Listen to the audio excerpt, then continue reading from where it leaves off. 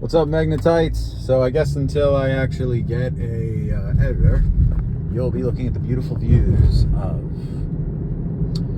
Fort Lauderdale Beach and A1A. Anyway, so that being said, I wanted to speak today about my thoughts on Persona Tactica. Persona 5 Tactica, P5 Tactica, there we go. Tactics. Anyway, so in my last video, I spoke about I'm excited about it. And I still am excited about it, but the more I think about it, the less excited I become. Mostly because, you want to see my parking thing? Whatever. So the reason being is that, let's be honest, I'm accustomed to Devil Survivor, and I know most of you probably aren't a fan, but I'm also accustomed to Majin Tensei 2. I'm playing Majin Tensei 1 right now, actually, because I think the thoughts of that ever being remade are second to none. With that being said, I am attempting to essentially, kind of give my thoughts here on what this could be, what I think this will be. So there's a lot of things I would much rather have seen out of a tactics game as opposed to what we got. So Persona 5, I understand it's probably why a lot of you are with us in the Mega 10 community. And I have no problem with Persona 5. I enjoy the game. That being said, I don't know how much we needed another spin-off. I get it. Cash grab, whatever. Atlas wants to make money, and I more than respect that, but I just really would have appreciated, I don't know, I really would have appreciated it if we had gotten a tactics game for SMT, for the main line. Only because, thinking about it from the perspective of Persona, this basically means you're just going to have your typical characters from the group, as your characters, which, okay, and some other maybe human party members. I would have liked this game more if we had done something a little bit more tried and true and done like Devil Survivor, like in a way. What if the characters were moving on the field, but they commanded a couple different personas? Like, I guess this would be the first game where multiple personas could be commanded at the exact same time, in a way, which I think would be kind of cool. Maybe everybody has 2 or 3 persona. I mean, they've changed up cycles for Persona Q, so why not do it in this game? And what I mean by that is, what about if we had multiple characters on the field and they were able to unleash multiple personas at once? So obviously, instead of making it maybe about the character himself, it's about the personas on the field fighting it out. I feel like that could have been cool. Maybe every one of your Persona users is kind of like a base, almost. Like, they can't die or it's all forgotten, but they each have a certain level of defense and counterattack only. So, like, they would be weaker than your Personas from an attack perspective, but maybe they have massive amount of HP. So, essentially, it's up to your Personas to potentially, not only to leave maybe a couple Personas behind to protect your different users, and then the rest to go and fight the army. So obviously you can't just leave weak ones behind because they could get slaughtered, but at the same, and you also can't just make all your strongest go forward. I think that would be pretty cool. Doesn't mean that it has to be the same way for the enemies. The enemies could, go all out, but it looks like all the enemies are just typical enemies anyway, so it wouldn't be like it wouldn't be like Persona users on the other side get to have the same base thing. In fact, there would probably be different bases you're going to have to take over. I'm sure there will be base ways of ending the game are going to be based on some of the scenarios, probably take the base. So that really doesn't change anything. But that being said, I just think this would be such an awesome opportunity for the people that basically do all the Megami Tensei strategy games to change things up a bit. This game does not look like any kind of successor to Majin Tensei or to Devil Survivor, if Devil Survivor is dead. it just kind of feels like we're doing a generic Tactics, but with like the Rabbit Mario kind of like attack angle thing.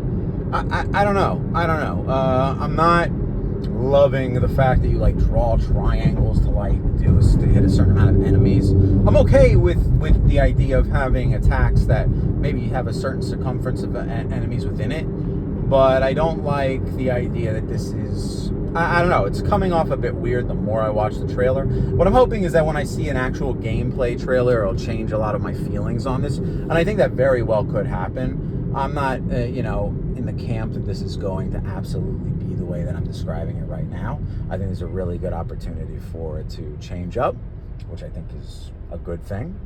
But that being said, I still am curious to how they're going to play this. I mean, to me, it just seems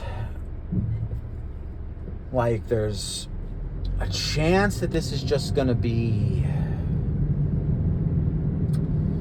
I don't know. I've gotten, like, my hype for this has dropped a lot. And I'm probably one of the few people that was hyped for this because I really enjoy tactical RPGs. I'm probably one of the few Majin Tensei fans. I know Marsh is currently hating it, which is understandable. After playing the first one, to be fair, I get where he's coming from. The Majin Tensei 1 is so weird. The artwork is incredible. It's like your main guy doesn't swing his sword visually. You don't see, well, he does, but like when you get attacked, you see your guy getting attacked. He doesn't like, he like flinches and they like shake the camera, but it's kind of like a static picture. And then you don't see the counterattack. It just reads to you your counterattack and the screen shakes again. But it doesn't show you slashing your sword or anything. It's a weird combination of beautiful artwork and really weird lazy animation. Most beautiful artwork I think of certainly any SMT game on SNES and PlayStation for that matter. Beautiful sprite work. However, the second game, they kind of they go down a little on the artwork, but they make them move and do things and make things look a little bit like things are actually happening, and it's a better overall game in general. But I to be fair, I'm not that far in the first game to be like this is not as good. I'm just saying from what I've observed and actually garnered at this point, it's not. But let's get back to the point. Persona 5 Tactics. I'm not happy about all this DLC stuff, but I know that's like the Atlas thing now. But what I'm really hoping is that you can just get the extended gameplay DLC and you don't get stuck with like getting all the best weapons in the game to start, or, oh, look, you can use this Persona user who was already level 30. Like, I just want whatever DLC I have to download for for story content or extended game scenarios to be available. And the rest to just be like, basically buy it when ready. And like, I don't know. I'm very like I'm really questioning all of this, but I'm not going to complain. We're getting 3 Atlas games pretty much simultaneously. I mean, that would be insane to complain about that. Weird how they announce Soul Hackers 2 on the Persona anniversary. They announced Persona 5 Tactics, Re-Fantasy, and Persona 3 Reload, all on the SMT anniversary. It's a little backwards, I think, to say the least. But look, we're getting more Mega 10. Can't complain about that. We can always use more Mega 10. It's literally the game that keeps me gaming, because everything else, once you've played Mega 10 games, so many other games are trash.